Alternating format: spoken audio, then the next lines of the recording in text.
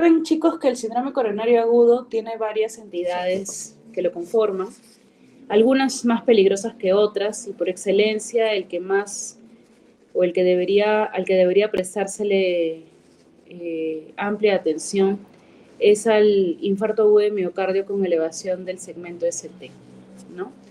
Recuerden que cuando hablamos ya de un infarto agudo de miocardio con elevación del segmento ST, estamos hablando de una obstrucción a nivel de alguna de las arterias coronarias de forma significativa, ya de moderada a severa, que implica incluso más del 50% de la obstrucción o de la interrupción del flujo sanguíneo por el lumen de la arteria, y que va a condicionar definitivamente cambios a nivel del músculo cardíaco y por ende también cambio en la funcionabilidad del gasto efectivo. Entonces, esto definitivamente repercute a nivel de los órganos también, lo cual nos recuerda que cualquier infarto agudo de miocardio ST elevado podría rápidamente llevar al paciente a un shock, llamado shock cardiogénico, y derivar en la muerte, precisamente secundario a la falla orgánica multisistémica, ¿ok? Entonces, es muy importante que ustedes sepan diferenciar. Otras entidades patológicas que están consideradas dentro del síndrome coronario agudo son la angina inestable, que son, bueno, la angina estable, la angina inestable, la angina de Prinzmetal, para que no se olviden también de ese tipo de anginas, y el infarto agudo de miocardio, pero sin elevación del ST. Digamos que probablemente el nivel o el porcentaje de obstrucción de la arteria coronaria no ha sido lo suficientemente importante o significativo como para obstruir de forma moderada a severa el flujo sanguíneo. Y por lo tanto no hay un cambio como tal en el tejido cardíaco, y obviamente esto tampoco afecta el funcionamiento de la bomba cardíaca como tal en una magnitud pues que genere, ¿no?, cambios multisistémicos. Entonces, ¿por qué es tan importante que lo diferenciemos? Porque precisamente muchos de ellos inician con un síntoma común, que es el dolor torácico. Y el dolor torácico siempre me gusta resaltar que tiene características. Cuando hablamos de dolor, en cualquiera de las expresiones de dolor tienen características. El dolor tiene un tiempo, una duración,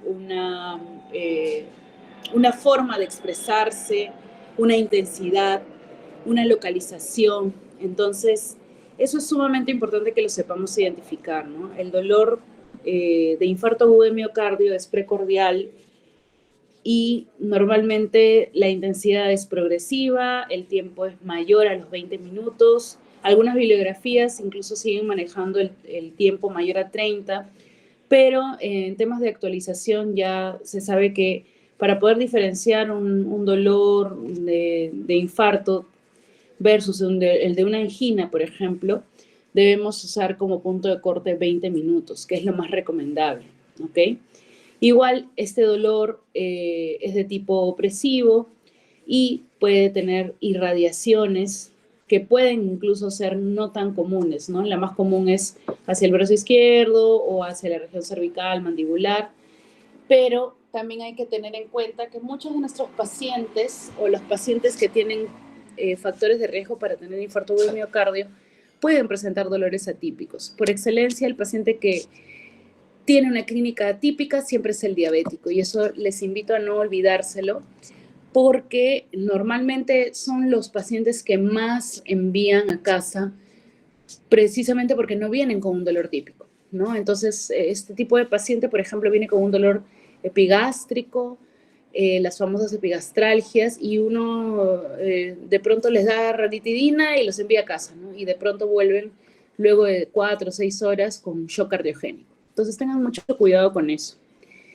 Muy bien, es importante que nosotros recordemos cómo es un EKG normal para entender cuando hablamos de elevación del ST o cuando no está elevado o cuando está deprimido el ST, el segmento ST. Entonces, tengan en cuenta la clase anterior que tuvimos, porque va a ser importante, por ejemplo, que se reconozca que todo EKG tiene un eje isoeléctrico, quiere decir una línea que trazada por, digamos, todo el eje electrocardiográfico marca un nivel superior y un nivel inferior. Entonces eso también hay que tenerlo muy claro, ¿ya? Vamos a ver. Esto es precisamente lo que yo necesito que ustedes identifiquen. Tenemos aquí un EKG donde se puede claramente evidenciar, la onda P, el intervalo PR, el segmento PR y el complejo QRS. En el complejo QRS tenemos la terminación de la onda S, que va a dar por iniciado el segmento ST hasta el inicio de la onda T. ¿Qué quiere decir? El fin o el final de la repolarización de los ventrículos para dar punto de inicio a la repolarización del ventrículo.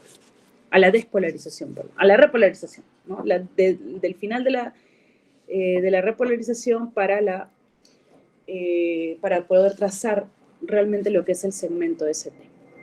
Entonces, en este final de la onda S como tal, tenemos el famoso punto J, ¿ok? En el punto J es donde quiero yo que presten mayor atención, porque cuando yo hable de infarto como tal, va a estar definido por dónde esté precisado el punto J, ¿ok? Entonces aquí les hablaba yo de la línea isoeléctrica, la línea que trazada por todo el electrocardiograma en su eje horizontal me va a determinar un nivel superior o un nivel inferior. Entonces, cuando yo hablo del punto J es porque voy a ubicarlo en relación a esta línea isoeléctrica, ¿ok? Y voy a medir, perdón, para que pase la ambulancia. Y voy a medir su ubicación en el eje vertical, ¿no? O sea, cuánto se eleva o cuánto se deprime el punto J. Y obviamente no se olviden que cada cuadradito va a ser equivalente a 1 milímetro, ¿ya? Entonces yo diré, desde la línea isoeléctrica, mi punto J se eleva 2 milímetros, 3 milímetros, 10 milímetros, eso ya depende del electrocardiograma. Muy bien, tal vez esta es una de las diapositivas más importantes que pediría que se las memoricen, se las aprendan, pero la tengan muy en cuenta porque precisamente teniendo yo bien memorizada esta diapositiva, que es precisamente el concepto de infarto agudo de miocardio con ST elevado, voy a poder yo hacer mis diagnósticos sin ningún problema, ¿ok? Ojo, estoy diciendo nuevamente, como lo dije para el primer examen, lo que ustedes normalmente me piden. Dios, no sé qué ha pasado, pero bueno, acá hay muchas ambulancias. Lo que ustedes normalmente me piden como las fijas. Ya, estas son las fijas. Las fijas para la vida, o sea, las fijas para que ustedes entiendan cómo diagnosticar un electrocardiograma, un infarto en un electrocardiograma. Entonces, si no se aprenden esto, va a ser muy difícil que luego intenten memorizar como tal el diagnóstico o tratar de fijar imágenes. Aquí está el concepto. Se define entonces como la elevación del ST en el punto J, llámese el punto J como el final de la onda S o del complejo QRS, ¿ok? En dos derivaciones contiguas, ¿ok? Eso es muy importante. Dos derivaciones contiguas. Generalmente son B2 y B3, generalmente, ¿ok? Pero hay sus excepciones. Entonces, te dicen que el punto J debe elevarse en dos derivaciones contiguas, teniendo como punto de corte el siguiente. Debe elevarse este punto J más de 1 milímetro en todas las derivaciones, en cualquier derivación, ¿ok? Ya sea D1, D2, ABF, ABL, D3, B5, B6, ¿ok? B4. Y particularmente en B2, B3, sí va a tener algunas mediciones específicas, ¿ok? En B2, B3, para que yo diga esto es sugerente de infarto agudo de miocardio, tengo que tener en cuenta la edad y el género del paciente, ¿no? Por lo general, yo esperaría que un infarto agudo de miocardio le dé a un paciente mayor de edad, me refiero de una edad avanzada, ¿ok? Quienes tienen más factores de riesgo para hacer infarto agudo de miocardio son, en género, los varones, ¿ok? Y entonces, clásicamente, entendemos que en B2, B3, en un hombre mayor de 40 años, debería elevarse este punto J más de 2 milímetros, ¿ok? Eso ya, en dos derivadas contiguas, que se eleve el punto J más de 2 milímetros, es sugerente de infarto agudo de miocardio. ¿Y por qué digo sugerente? Porque el diagnóstico de infarto no solamente lo da un electrocardiograma, ¿ok? También lo da la clínica y de forma más secundaria lo puede definir las troponinas ultrasensibles o la troponina como tal, como enzima cardíaca. Entonces, no se olviden, B2, B3, más de 2 milímetros que se eleve el punto J de la línea isoeléctrica en pacientes varones mayores de 40 años, ya me da una alta posibilidad de infarto agudo de miocardio.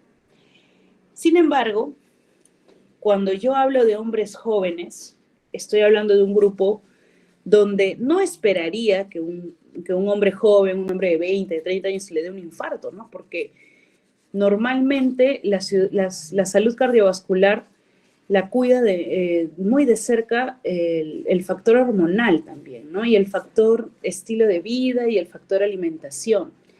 Y entonces es muy importante que ustedes consideren que este también es un grupo que podría ser afectado, ¿no? A veces por antecedentes familiares, a veces por estilos de vida, a veces también por enfermedades congénitas. Entonces no son casos tan aislados en realidad, ¿no? Y por lo pronto, en este caso de hombres menores de 40 años, la elevación del punto J debe ser más de 2.5 milímetros. ¿Ok? Esa es la única diferencia. Y en el caso de las mujeres, ¿ok? El punto de corte de la elevación del punto J es más de 1.5 milímetros. Cualquier edad. En la mujer sí puede darse en cualquier edad. ¿Ok? Muy bien. Creo que eso está claro el concepto. O sea, si no está muy claro, yo les invito a que repasen el concepto y de pronto se lo memoricen, porque es sumamente importante. Si ustedes llegan al examen y luego llegan a sus guardias sin saber este concepto, van a mirar un electrocardiograma con elevación de punto J y no van a poder hacer un diagnóstico, ¿ok? Entonces no es algo del otro mundo. Más difícil creo que es identificar arritmias, de verdad. Así que no creo que les vaya mal en ese sentido. Aquí nuevamente, si se puede observar lo que les he explicado, ¿no? Y recuerden que esta característica básicamente da para B2, B3, y en todas las otras derivadas se puede diagnosticar con la elevación de 1 milímetro tan solo. Muy bien, hay áreas. Ahora sí vamos a hablar de otra de las características que me van a permitir darle nombre y apellido al infarto agudo de miocardio. Porque no basta con solamente decir, bueno, ya tiene dos derivadas contiguas que cumplen con los requisitos para yo decir que esto es un infarto. Sino también me interesa saber el área cardíaca que está siendo afectada y por lo tanto, si yo sé qué área está siendo afectada en el electrocardiograma, voy a poder saber sin necesidad de una imagen, de una resonancia coronaria, ni nada por el estilo, o de un angiotem coronario, voy a saber qué arteria está afectada, ¿ok? Y esto nada más es saber anatomía y saber un poquito de fisiología, ¿ok? Pero sí tiene mucho que ver el concepto siguiente. Voy a empezar a mostrarles las áreas, ¿no? La inferior, la lateral, la anterior. Y vamos a ver primero la diapositiva que viene a continuación, que es esta. Esta diapositiva es la segunda diapositiva clave de la clase, ¿ok? Es una diapositiva donde tienes un cuadro que te resume todo lo que acabo de decirte en relación a la cara afectada del corazón, a la derivada electrocardiográfica y a la arteria comprometida. Entonces, esto también tiene que fijarse, eso tiene que ser un concepto que no se debe olvidar. Porque una vez que ustedes identifiquen el punto J en tal derivada, tranquilamente van a decir, ok, esto pertenece, doctora, a tal cara cardíaca y eso además corresponde a la afectación o a la obstrucción del flujo sanguíneo de tal arteria. Y listo. Obviamente, para los que van a ser cardiólogos, ok, me imagino que de pronto después de los varios temas que hemos hecho de cardiología, alguno por ahí habrá quedado enamorado de la cardiología.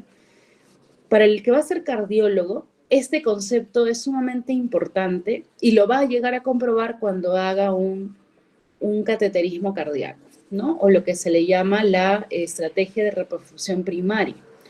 Entonces, ¿por qué? Porque in situ, ustedes cuando hacen un cateterismo cardíaco, introducen un catéter por una de las arterias principales, puede ser la arteria radial, puede ser la arteria femoral, y llegan a nivel de coronarias y observan directamente las lesiones. Y eso es lo que se describe en una coronariografía o una angiografía, donde precisamente puede identificarse el tipo de lesión de acuerdo a la arteria que estés observando y sobre todo el nivel de severidad, ¿no?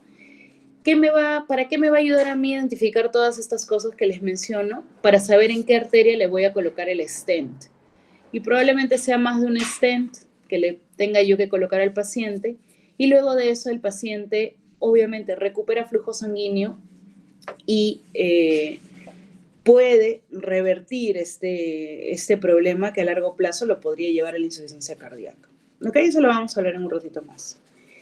Ahora, nuevamente les explico, ¿no? Este corazón que ustedes ven aquí, necesito yo que lo memoricen para efectos de cuando lean electrocardiografía.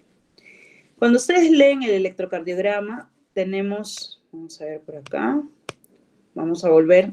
Esto necesita nada más que miren mi electrocardiograma, solamente para que veamos, por si no lo recuerdan, qué es lo que yo leo en el electrocardiograma. Tengo derivadas únicas, como D1, D2, D3. Tengo derivadas precordiales. Tengo derivadas que se pueden, bueno, D1, D2, D3 son las bifásicas, ¿no? Porque en realidad resultan de la unión de ejes del triángulo de Itoven. Entonces, más bien las monofásicas, como se les podría decir, tendrían que ser ABR, ABL, ABF, ¿no? Cuando recuerden ustedes cómo era el triángulo de Itoven, me van a dar la razón con respecto a esto. Y entonces, es muy importante que ustedes en el electrocardiograma no lo lean de una manera lineal y no lo lean solamente por números o por ubicación de las precordiales. Ustedes de ahora en adelante tienen que empezar a leer el electrocardiograma por área cardíaca. Entonces, por ejemplo, ¿no? Yo te diré, a ver, léeme la cara inferior del corazón. Entonces, ustedes tranquilamente tendrán que ir, o cuando tengan un electrocardiograma al frente, me dirán, cara inferior del corazón es D2, D3, ABF. Cara lateral alta, ¿ok? D1, ABL. Cara lateral baja, B5, B6, ¿ok? Y obviamente esta es una forma que yo les recomiendo que ya empiecen a interiorizar de cómo leer el electrocardiograma. Más allá de la que les han enseñado de por ejemplo, ¿no? Identifiquen primero si es ritmo sinusal, luego la frecuencia, luego dónde está en el eje cardíaco, dónde se encuentra ubicado el corazón y si hay anormalidad de ondas, ¿no? Precisamente en el aspecto de anormalidad de ondas es que yo necesito que ustedes empiecen a leer los electrocardiogramas por región o caras de la silueta cardíaca. Entonces, tenemos la cara inferior, la cara septal, la cara anterior, la cara lateral que se divide en alta y baja, y la cara posterior y ventrículo derecho.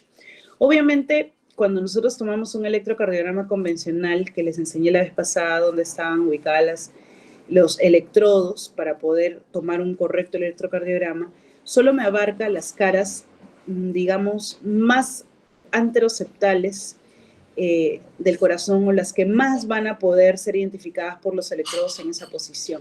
Sin embargo, hay formas diferentes de colocar los electrodos para que yo pueda también observar la cara posterior del corazón y además también ver ventrículo derecho, que es otra forma de colocar los electrodos, ¿ok? Muy bien, entonces cuando yo hablo de la afectación de cara inferior o cara diafragmática, también llamada, del corazón, estoy hablando de las derivadas D2, D3 y ABF. Y esto compromete o involucra a la arteria descendente posterior, ¿ok? Curiosamente, descendente posterior también me va a irrigar la cara posterior del corazón. Pero eso, ese problema de la cara posterior del corazón, yo solo lo voy a poder identificar en caso yo coloque mis electrodos en derivadas B7, B8, B9, que son a nivel posterior precisamente, no en, digamos, no en el eje, en el eje ventral del cuerpo, sino en la parte posterior, en el dorsal. Y ahora les voy a mostrar una imagen. Este descendente posterior normalmente está nutrida también por la coronaria derecha. Entonces tengamos en cuenta que hay una relación, que si una persona hace un infarto de cara inferior o cara diafragmática, y obviamente yo sé que está involucrada la descendente posterior, debería sospechar que si hay una obstrucción a este nivel, también podría haber una obstrucción que haya afectado la cara posterior del corazón, y por lo tanto, obligada, si yo tengo un infarto de cara diafragmática o cara inferior, debería ampliar mi electrocardiograma a la cara posterior y, por lo tanto, a la coronaria derecha, o sea, al ventrículo derecho. Esto es algo que ustedes deberían ya tener como hábito, ¿no? No solamente el tomar el electrocardiograma pues habitual, ¿no? Sobre todo, como les digo, en diabéticos. Este es precisamente el cuadro que uno más teme en el diabético. El diabético hace infarto más de cara diafragmática, con más frecuencia, y viene por un síntoma referido como epigastralgia. Una epigastralgia que no se dé con omeprazol, que no se dé con ranitidina, que tiene varias horas, que lo hace tener diaforesis. Recuerden que los síntomas asociados a un dolor precordial o un dolor atípico de infarto influyen mucho también sus características añadidas. ¿Qué quiere decir? Que no pues voy a considerar que una simple gastritis va a venir con diaforesis, con hipotensión, o que de pronto genera un gran malestar en el paciente, ¿no? Es una epigastralgia. Entonces, yo tengo que saber diferenciar un dolor de una simple epigastralgia de un dolor que de pronto el paciente me refiere como epigastralgia, pero que puede ser un infarto. Y entonces ese paciente, por más que yo le quiera dar ranitidina, no lo debo dejar ir de la emergencia sin un electrocardiograma, observando muy claramente la cara inferior del corazón y también ampliándolo a cara posterior y ventrículo derecho. En relación a la cara septal, que viene a estar definida electrocardiográficamente por B1 y B2, o sea, el septum, aquí están involucrados en los 2/3 anteriores del segmento, la descendente anterior, y un tercio posterior también afectada o irrigada por la descendente posterior. En relación a la cara anterior, lo vamos a observar en B3, B4, y esto está dado básicamente por la irrigación de la descendente anterior.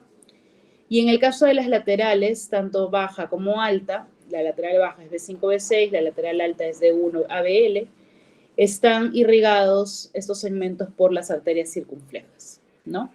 Entonces tengan mucho cuidado con estos conceptos, porque si se los olvidan, el infarto como tal no podrá tener un nombre y un apellido, ¿ok? Y es sumamente importante. Obviamente, si ven un infarto que tiene más de dos o más segmentos afectados, ya estaríamos hablando de pronto de un infarto extenso. Y entonces esto también nos permite tomar decisiones incluso de tratamiento de forma más rápida y tomar las precauciones porque sabemos que a más compromisos arteriales va a haber más riesgo de complicaciones y de muerte. ¿Hasta ahí quedó claro?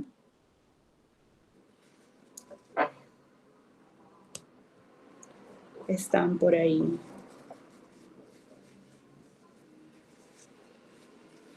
Sí, doctora.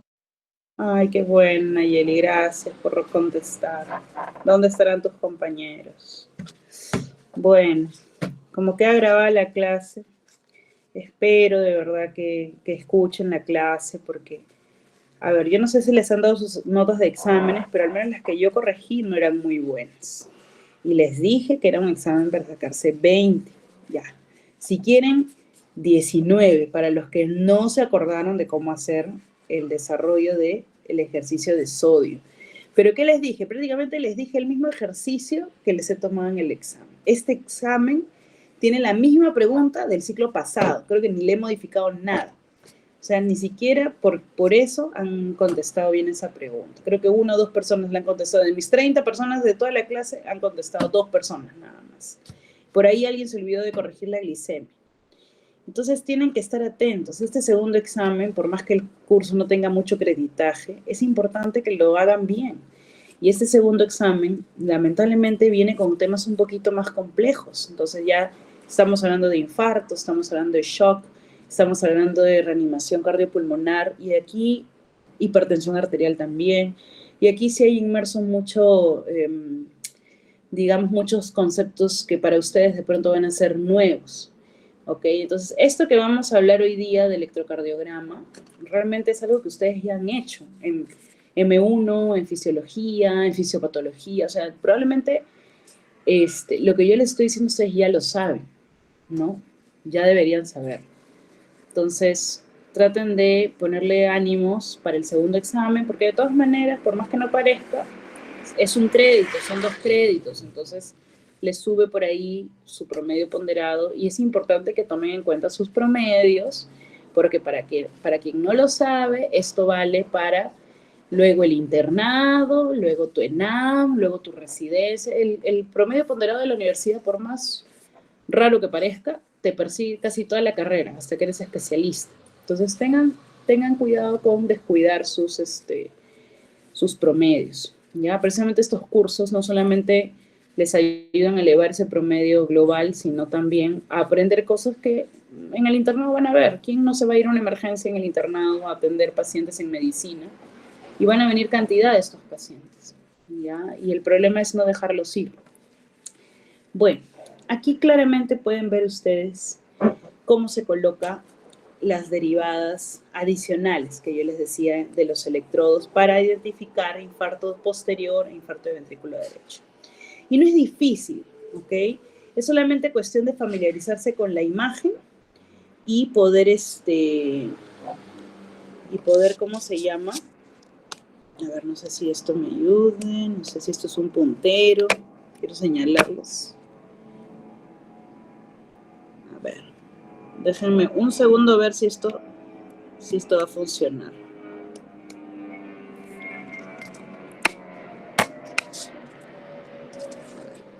Ahí está. Listo. Ahora sí puedo de alguna manera señalarles un poquito las cosas. Bueno, creo que no. Ya. Muy bien. Les decía que este es un electrocardiograma normal, el convencional, el primerito de acá. Recuerden que esto es B1, este es B2, B3, B4, B5 y B6. ¿Cuál es la diferencia de las posiciones? Fácil. Recuerden que este es el cuarto espacio intercostal y todo lo demás a partir de B4 es el quinto espacio intercostal. ¿Qué los diferencia? Las líneas verticales del eje corporal, ¿no? Esta es la paraesternal derecha, la paraesternal izquierda. Luego acá tenemos la línea medio clavicular, la línea axilar anterior, la línea axilar media. ¿Ok? Bueno, Cuando yo hablo del electrocardiograma convencional, así se colocan los electrodos. Pero, uy, ¿qué hice? Ay, algo hice, descartar. Bueno. Vamos a ver. Ya.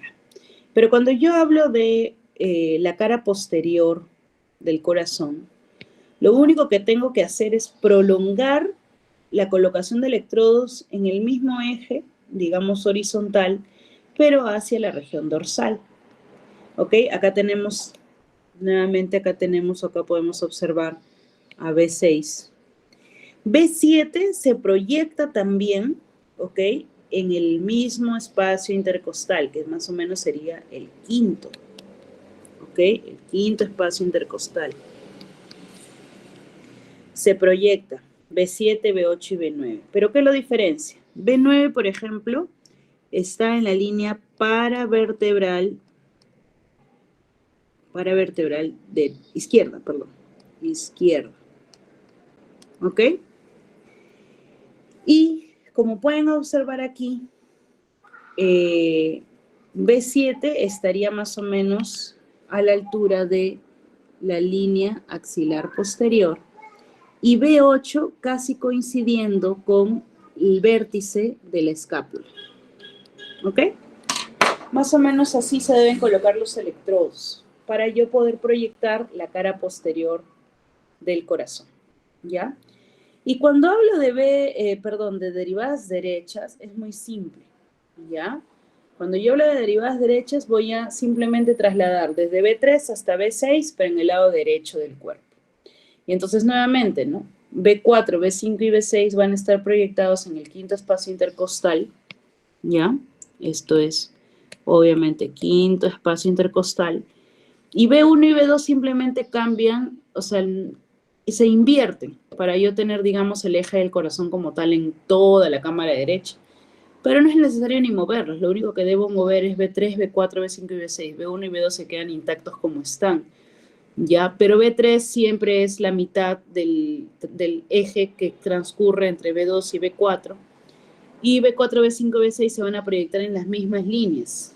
Línea medio clavicular, en este caso derecho, la línea axilar anterior y la línea axilar media. ¿Ok?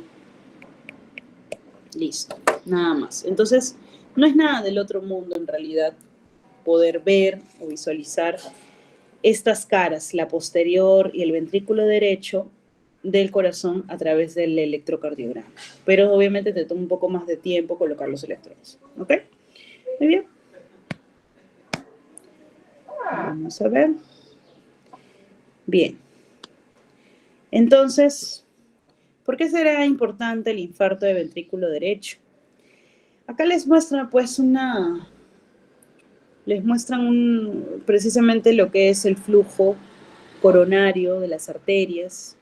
Y es muy importante, ¿no? Tenemos obviamente la arteria en su tronco, la arteria coronaria que se divide en la arteria coronaria izquierda y la arteria coronaria derecha. Y esta además tiene sus ramas, ¿no? La descendente anterior, que la podemos ver aquí, esta gran arteria, con más ramas además, las marginales, las diagonales, y también irriga un poco la parte posterior porque le da una ramita a la parte posterior del corazón, ¿no?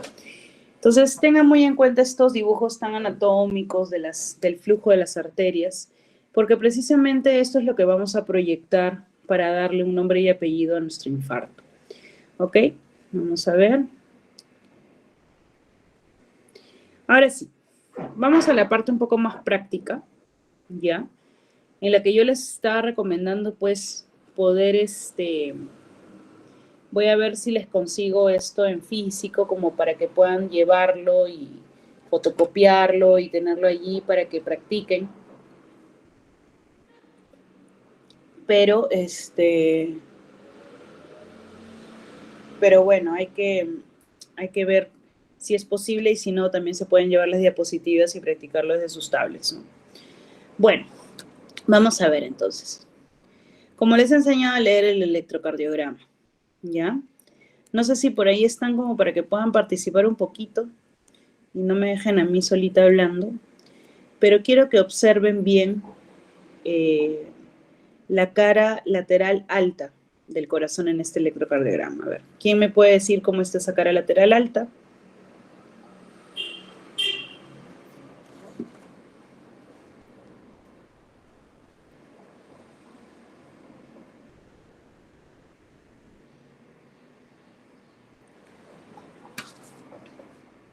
A ver, por ahí, ¿quién me puede decir cómo está esa cara lateral alta con respecto al punto J?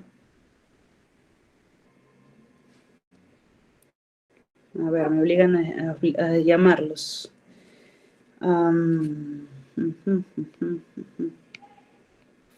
Vamos a ver. A ver, Joana. Vamos a ver. ¿Cómo está esa cara lateral alta, Joana? Está por ahí. ¿Está elevada, doctora? ¿Ah? ¿Cómo está el elevada punto J en esa cara lateral? ¿Cuál es la cara lateral alta para empezar? ¿Qué derivadas son?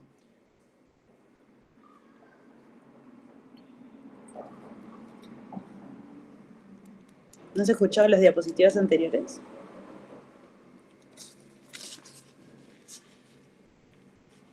A ver, soplen. La ABL, doctora. ABL, ¿y cuál más?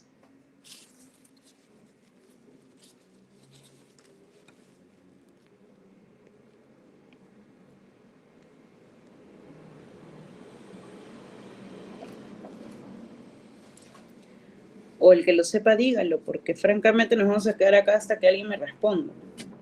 D1, doctora. Ya, D1, muy bien. Nayeli. Muy bien, a ver, quien desee responder, al menos el que esté conectado y esté presente, ¿cómo está esa cara lateral alta? ¿Cómo está el punto J en la cara lateral alta? Recuerden que trazan un eje, ¿no? Vamos a ver. Una línea isoeléctrica. La línea isoeléctrica, por lo general, pasa por la onda P, ¿ya? Entonces vamos a trazar acá nuestro eje. Ven la línea rojita que estoy trazando, ¿no? Ya. ¿Por qué? Porque esta es mi onda P, esta es mi onda P, esta es mi onda P. Ya. ¿Cuál sería mi punto J ahí? ¿Está elevado? ¿Se eleva algo? ¿O no lo está? No sé. A ver, ustedes digan. No, perdón. Vamos a ver un poco mejor esto. A ver. Vamos a trazarlo más bonito.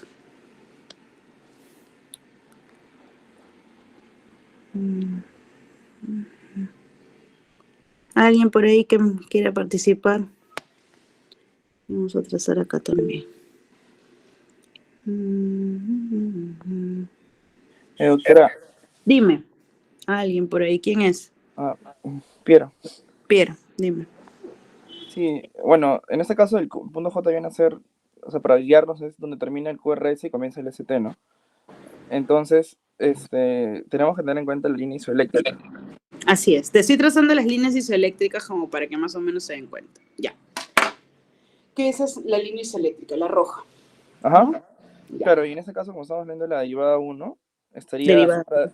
infradesnivel, pues, ¿no? Infradesnivel. Muy bien. ¿Qué me interesa a mí saber en los infartos agudos de miocardio por definición, con ST elevado? ¿Cuál es el concepto?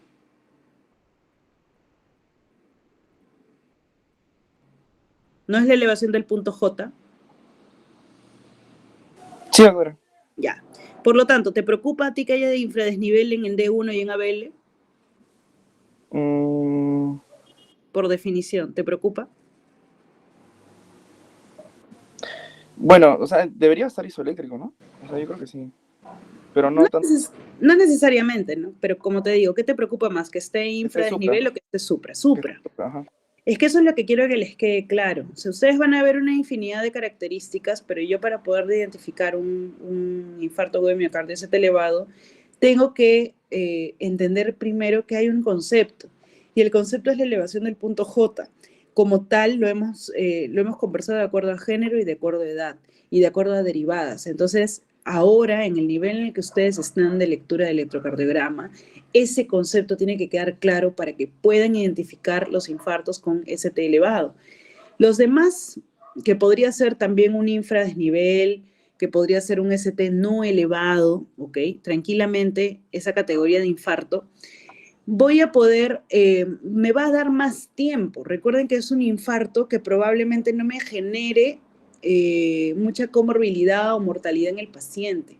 No les digo que no se tenga que tratar, pero definitivamente tienen que saber identificar lo más grave primero, ¿ok? Entonces, aquí, Piero, en este electrocardiograma, ¿qué te llama la atención de acuerdo a los segmentos que hemos conversado? Ya, D1 y ABL, que es cara lateral alta, no te preocupa, ¿verdad? ¿O sí? ¿Te preocupa algo? Yo creo que no. Ya, perfecto. Siguiente segmento. En D2, A ver, ¿qué segmento estás viendo? D2. No, pero segmento. No te estoy hablando de derivada, te estoy hablando del segmento del corazón por cara. ¿Qué Ya, segmento ahí, sigue? la cara inferior. Ya, la cara inferior. ¿Qué derivadas son? D2, D3 y ABF. Muy bien. ¿Cómo está D2, D3 y ABF? Bueno, a ver, el D2, o sea, sacando justamente, hay un supradesnivel, en este caso sí, ¿no? Ya, más o menos, a Hay ver, para que lo vean ahí. bueno, yo creo que es un ST elevado, pues, ¿no? Sí, 1, 2, 3, ¿no? Ajá, Por lo menos 3 milímetros, que ese es el punto J, ¿no? sí. Muy bien. D2. En D3, a ver, si yo trazo mi línea isoeléctrica, ¿cuánto se eleva? 1, 2, 3, 4, 5 por lo menos, ¿no? Sí, mucho más. Mucho más. Y en ABF debería pasar lo mismo, porque estamos hablando de segmento, recuerden, o sea, de cara del corazón. Esta es la cara diafragmática, ¿ok? O de la cara inferior. Entonces debo observar mis tres derivadas, o mis tres, digamos, claro, mis tres derivadas cardíacas. En este caso hay una monofásica y dos bifásicas, pero recuerden que miren, el punto J se eleva también en ABF. 1, 2, 3, 4, casi 5 milímetros, ¿ok? Entonces, desde ya, sin mirar lo otro, tú dirías que esto es un infarto ¿de qué cara? Inferior. Ya, hasta ahí. Muy bien. Ahora, vámonos a las precordiales. En las precordiales, ¿tú qué observas? Por caras, ¿ah? Porque esta, ¿qué vendría a ser?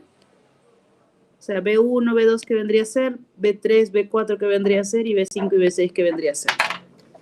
¿Qué Digamos, vendría a ser? la cara anterior, ¿no? Cara anteroseptal. Ya, o sea, la septal es B1, B2, la cara anterior B3, B4 y la lateral baja B5, B6. Ajá. ¿Ok? Para repasarlo. Muy bien. ¿Qué observas tú en B1, B2, en la cara septal? Em,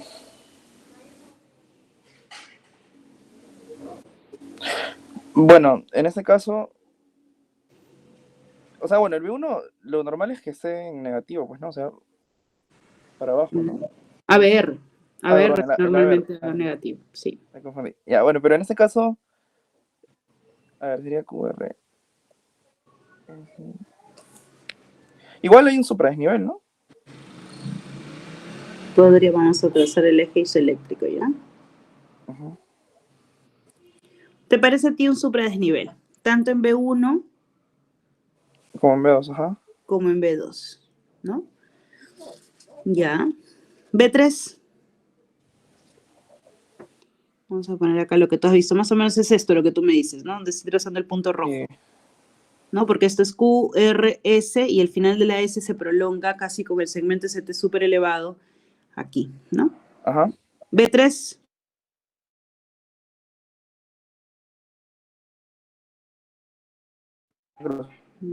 Entonces tendríamos acá, en realidad S casi ni siquiera cae a la línea isoeléctrica, ¿no? Ajá.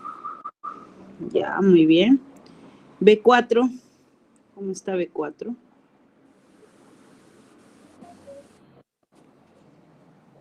Mm,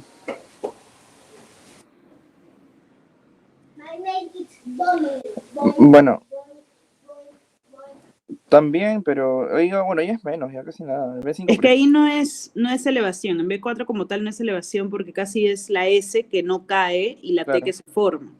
B5 y B6 es básicamente lo mismo y en B6 más bien tú ves un infradesnivel, ¿no? Ah, sí. Cuando tú estás hablando de que tienes un infarto de cara inferior, ¿ok? O cara diafragmática, como bien has diagnosticado aquí, también hay que recordar no solamente que hay que ampliar la electrocardiografía para ver derivadas posteriores y derivadas derechas, sino también hay que recordar el concepto que no les he explicado hasta el momento, que es la correlación o las imágenes en espejo, ¿no? Entonces, muchas veces nosotros vamos a ver algunas imágenes de infarto, sobre todo en cara inferior, y muchas veces las imágenes en espejo de cara inferior se pueden dar en B1, B2, B3, ¿ok? Creo que esta no era la diapo.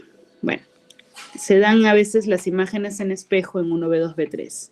Que teniendo yo un electrocardiograma físico, y si yo lo volteo, tranquilamente esto podría corresponderse con las elevaciones también que hay en D2, D3, ABF.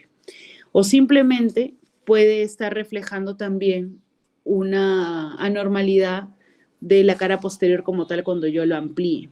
Entonces, vamos a ver en este electrocardiograma que tenemos las caras laterales limpias, tanto alta como baja. Tenemos marcadamente un diagnóstico de infarto de cara diafragmática en D2, D3, ABF. Y recuerden que cuando yo hablo de derivada B2, B3, debo hablar tranquilamente de género y edad. Recuerden, B2, B3 son derivadas en las que se tiene que cumplir un criterio como tal para yo decir, está infartada esta cara o está infartado el paciente. Y no cumple como tal el criterio, ¿no? Porque aquí del eje isoeléctrico se eleva casi 2 milímetros y en B2, bueno, se elevaría aparentemente un poco más, pero esta curva que hace con la onda T no es muy clara, ¿no? Podría tranquilamente corresponder con una imagen en espejo. Pero eso lo vamos a ampliar con precisamente las derivadas posteriores para ver si realmente se correlaciona, ¿ya? Hasta el momento, el infarto es de cara diafragmática, ¿ok? Y es por eso que cuando tú tienes estas imágenes en B1, B2, B3 incluso, estás sumamente obligado, no solamente por el concepto como tal, sino porque ya hay variación de estas derivaciones y podrían ya estar reflejando un infarto de cara posterior. Entonces, vamos a ver si hay, esta es la derecha, esta es la de posterior, vamos a ver.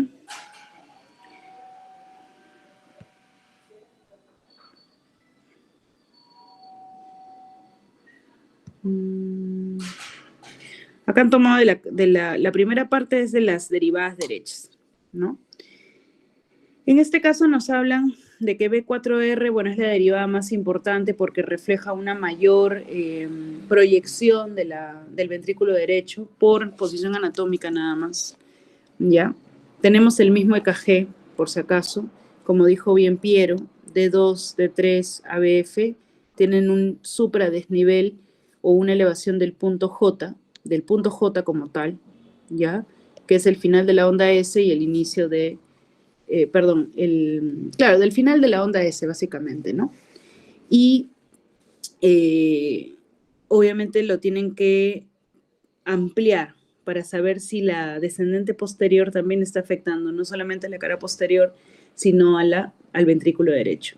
¿Y por qué se les recalca tanto esto? Precisamente porque cuando hay afectación de ventrículo derecho, el paciente tiene más posibilidades de ser shock cardiogénico porque afecta el retorno venoso, afecta los llenados y obviamente la eyección desde el lado derecho del corazón para que se oxigene la sangre. Y por lo tanto el gasto cardíaco también se ve comprometido en gran magnitud. Por lo tanto, tienen que tener mucho cuidado con la identificación de un infarto de ventrículo derecho. Son generalmente pacientes mucho más comprometidos hemodinámicamente, ¿ya? Acá, por ejemplo, veían las imágenes en espejo en B1, B2, casi en B3, pero yo amplío y le tomo el electrocardiograma de derivadas derechas y voy a ver claramente, ¿no? Que si yo trazo aquí mi eje isoeléctrico, ¿ok? No me sale muy derecho porque el EKG está medio chueco. Tranquilamente van a ver, ¿no? Esta onda Q que es inexistente, la onda R y la onda S que es pronunciada. Aquí tengo el final de la onda S en este punto. Del eje isoeléctrico 1, 2, 3 milímetros. ¿Ok? Aquí en B5, B6 no lo tengo. ¿Ok?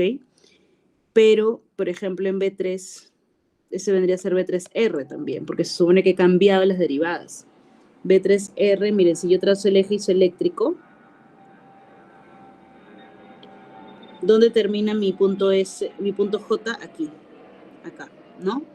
Por lo menos casi 2 milímetros por encima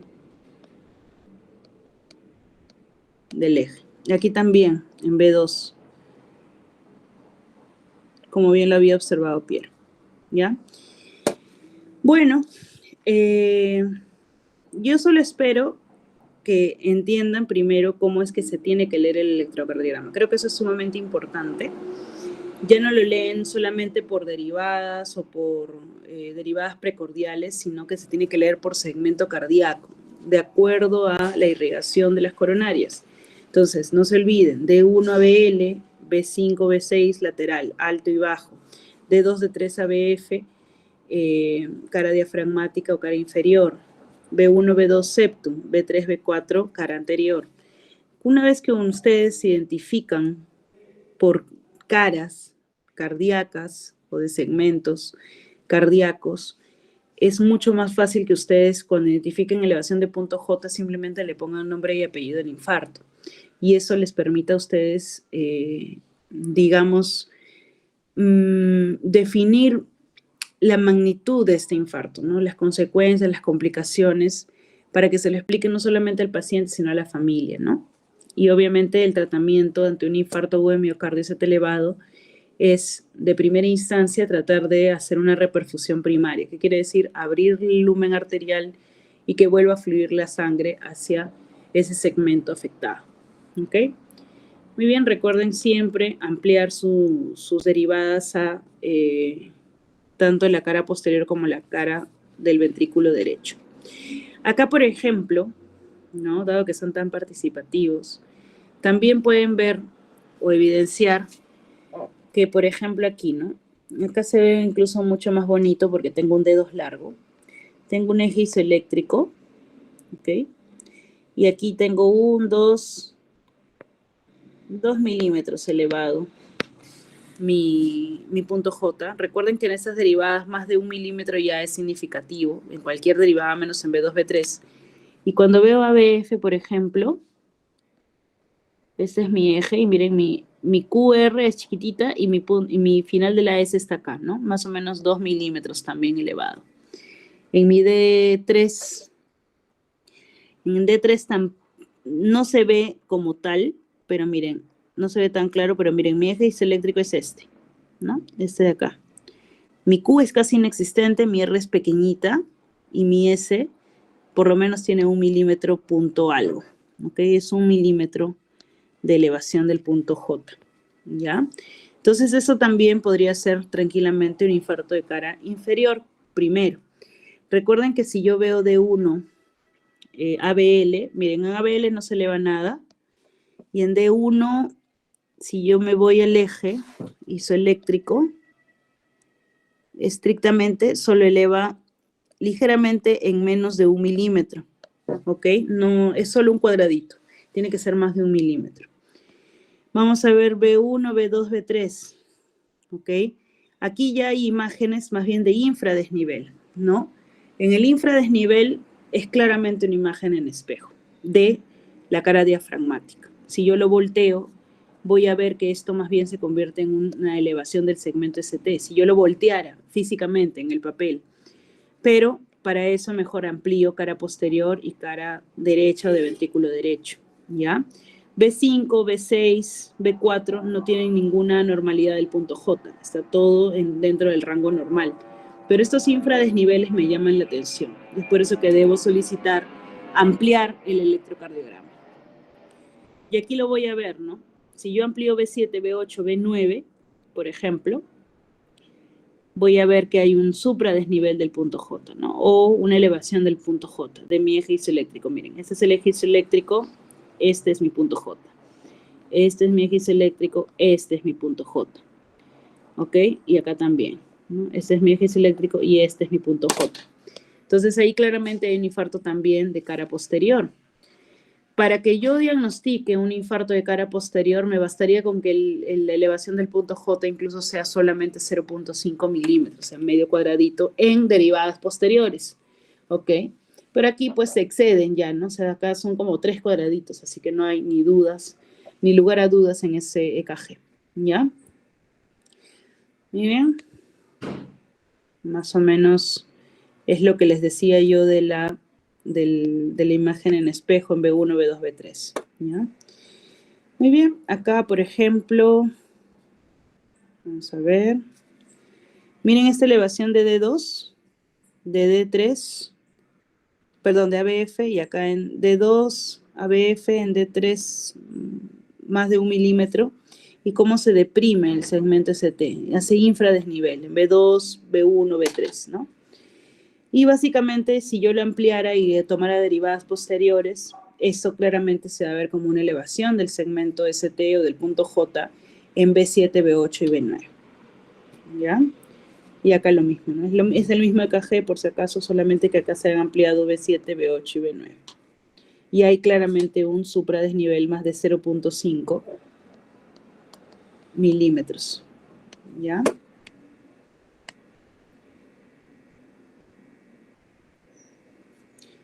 A ver.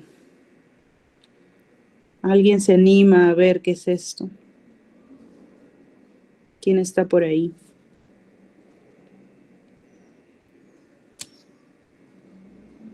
Este EKG es bastante interesante. ¿Alguien se anima a decirme qué segmentos están afectados?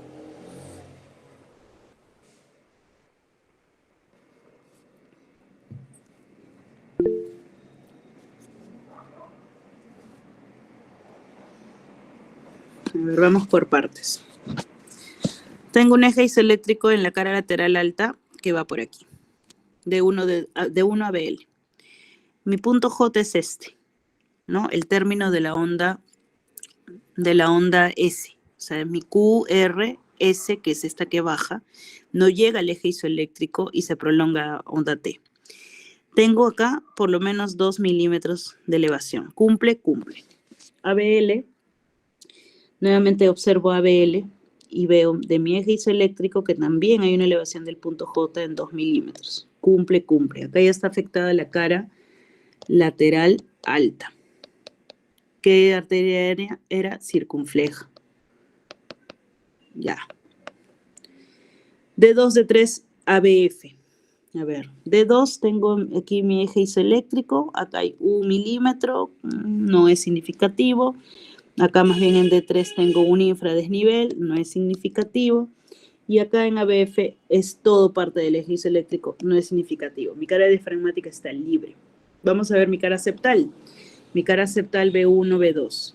Tengo aquí en B1 no hay un supradesnivel, una elevación del punto J muy significativo, es casi menos de 1 milímetro, casi llegando a 1 milímetro, lo cual, bueno, sí podría tener un poco de sentido, pero hay que observar. Vamos a ver B2 y B3, que deberían ser las dos derivadas que son contiguas y que deberían cumplir con el criterio. Y claramente lo hacen, ¿no? Miren este eje isoeléctrico. Vamos a ampliar el eje isoeléctrico y miren cómo se eleva. QRS, el final de S está acá. Ese es mi punto J. Mi punto J entonces se eleva 1, 2, 3, 4, 5, 6, 7, 8 milímetros. Tranquilamente cumple con el criterio para hombre, mujer, mayor de 40, menor de 40, ¿no? Y aquí en B3 también. Miren, 1, 2, 3, 4, 5, 6, 7. ¿Ok? Hay compromiso en parte de lo que yo llamaría la cara septal, cara anterior.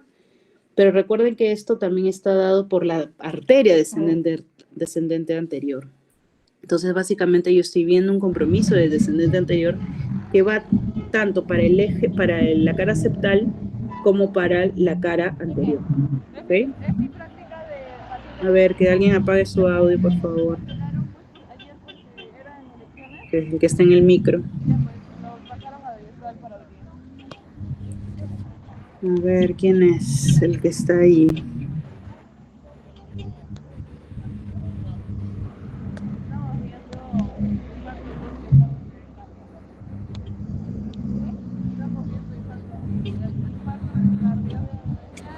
A ver, ¿quién es el que está ahí?